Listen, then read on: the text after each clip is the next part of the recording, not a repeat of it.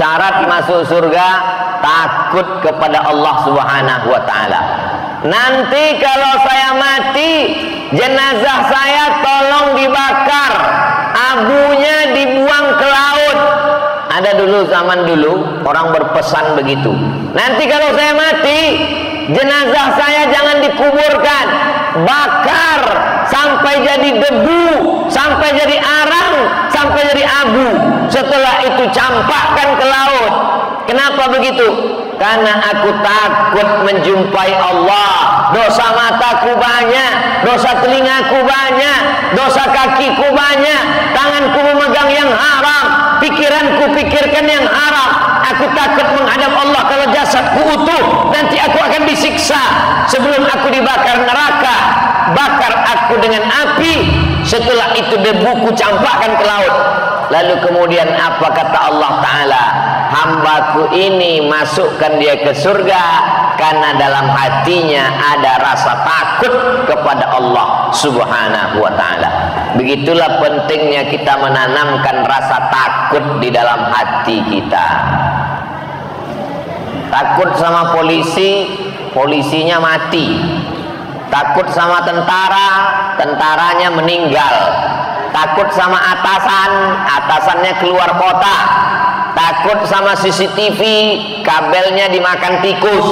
Betul? Tapi kalau takut sama Allah, hayyun, maha hidup, la yamut, tidak akan mati, la ta'khudhuhu sinatun wala naum. Dia tidak akan mengantuk, dia tidak akan tidur. Jadi judul ceramah Ustadz malam ini apa? Wudi. Wudi itu apa Pak Ustadz? Takut. Takut. Takut hanya kepada Allah Subhanahu wa Ta'ala. Kenapa Ustadz tiba-tiba datang ceramah ke masjid kami judulnya takut? Karena tujuan daripada puasa adalah ya ayyuhalladzina amanu kutiba alaikumus shiyam kama kutiba alal ladzina min qablikum la'allakum. Itulah tujuan puasa.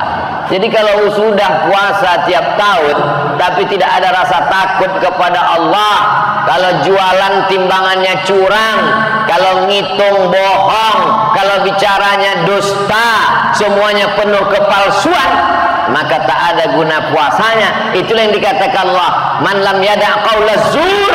Siapa yang tak takut sama Allah, ngomongnya palsu, perbuatannya bohong, tindakannya tipu, falaisa lillahi hajatun, maka tak ada gunanya fi ayyada'a ta'amahu wa syarabahu. Makanan dia tinggalkan, minuman dia tinggalkan, enggak ada gunanya karena dia tak ada takut kepada Allah Subhanahu wa Ta'ala. Jam 1 siang, lapar, haus, kering kerongkongan, semua mau dimakan. Mobil warna merah pun seperti semangka. Haus, buah sawit pun nampaknya macam buah kurma. Danau, sungai, laut, semuanya mau diminum. Masuk ke kamar mandi Masjid Al-Muhajirin. Kamar mandi Al-Muhajirin ada laki-laki, ada perempuan. Yang di tempat laki-laki ada 2 kamar mandi. Yang satu lampunya hidup, yang satu lampunya mati. Ustaz kok tahu? Saya dari sana. Masuk dalam kamar mandi, di dalam ada keran air lancar, cantik, keramiknya bagus. Di bawahnya ada tempat nampung air. Tutup pintunya. Tidak ada kamera di atas, sendirian di dalam, tak ada orang melihat, tidak ada orang yang tahu, tidak ada yang melihat, tidak ada yang memperhatikan. Kira-kira kalau besok jam 1 siang masuk ke kamar mandi Masjid Al-Muhajirin, adakah orang Islam yang mau minum jam 1 siang? Nampaknya saking kenyangnya susah menjawab. Jam 1 siang tidak akan ada yang mau minum. Kenapa?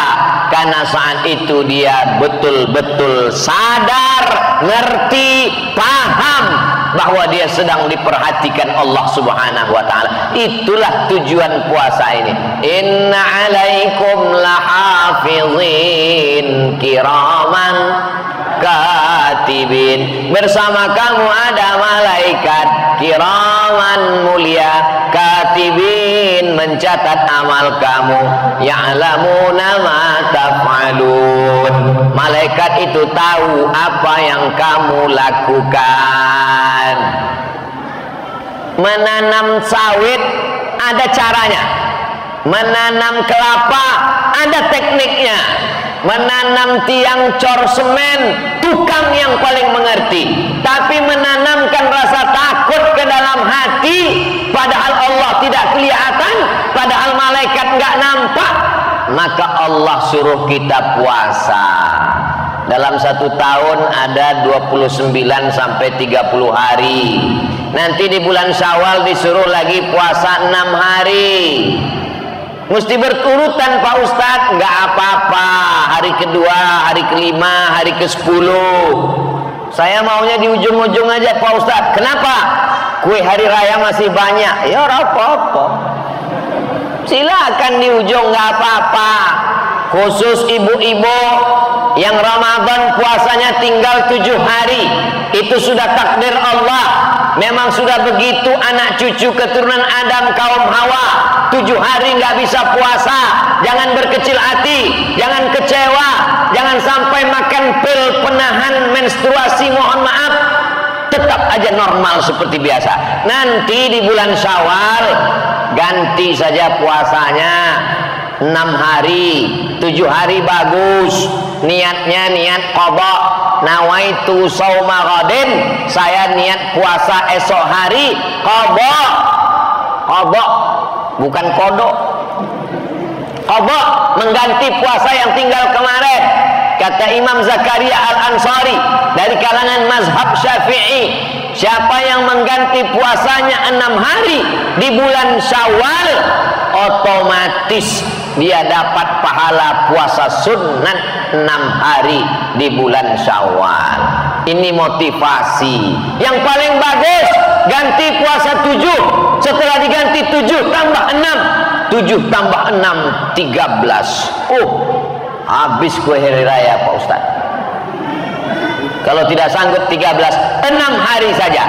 Tapi kalau dia niat puasa sunat, qadha-nya nggak dapat. Tapi kalau dia niat puasa qadha, dapat 2, lunas 6 hari dan dapat pahala puasa sunnah. Kenapa Ustadz ngomongnya ibu-ibu? Karena ibu yang tinggal puasanya 7 hari, bapak 17 hari. Bapak-bapak juga qadha nanti di ujung-ujung. Tujuannya untuk apa? Supaya rasa takut yang sudah tertanam di dalam hati untuk meninggalkan puasa, maka diganti. Bagaimana kalau ada orang mati meninggal dunia dalam keadaan membawa hutang puasa? Man mata, siapa yang mati wa alaihi siyamun, punya hutang puasa, mati dalam keadaan bawa hutang, apa kata ahli waris? Bapak-bapak, ibu-ibu, saudara-saudari, jiran, tetangga, handai tolan, famili, bagi ada yang sangkut paut hutang piutang dengan bapak kami, tolong segera menghadap kepada ahli waris. Saking takutnya roh bapaknya nggak jelas, tidak diterima ruhnya karena hutangnya masih belum lunas. Fadainullah ahaqqu an yuqda. Ada hutang yang lebih wajib untuk dibayarkan, bukan hutang kepada manusia. Hutang kepada manusia wajib, tapi ada hutang yang lebih ahaqqu an yuqda, lebih layak untuk dibayarkan. Hutang kepada Allah Subhanahu wa taala, itulah dia hutang puasa Ramadan.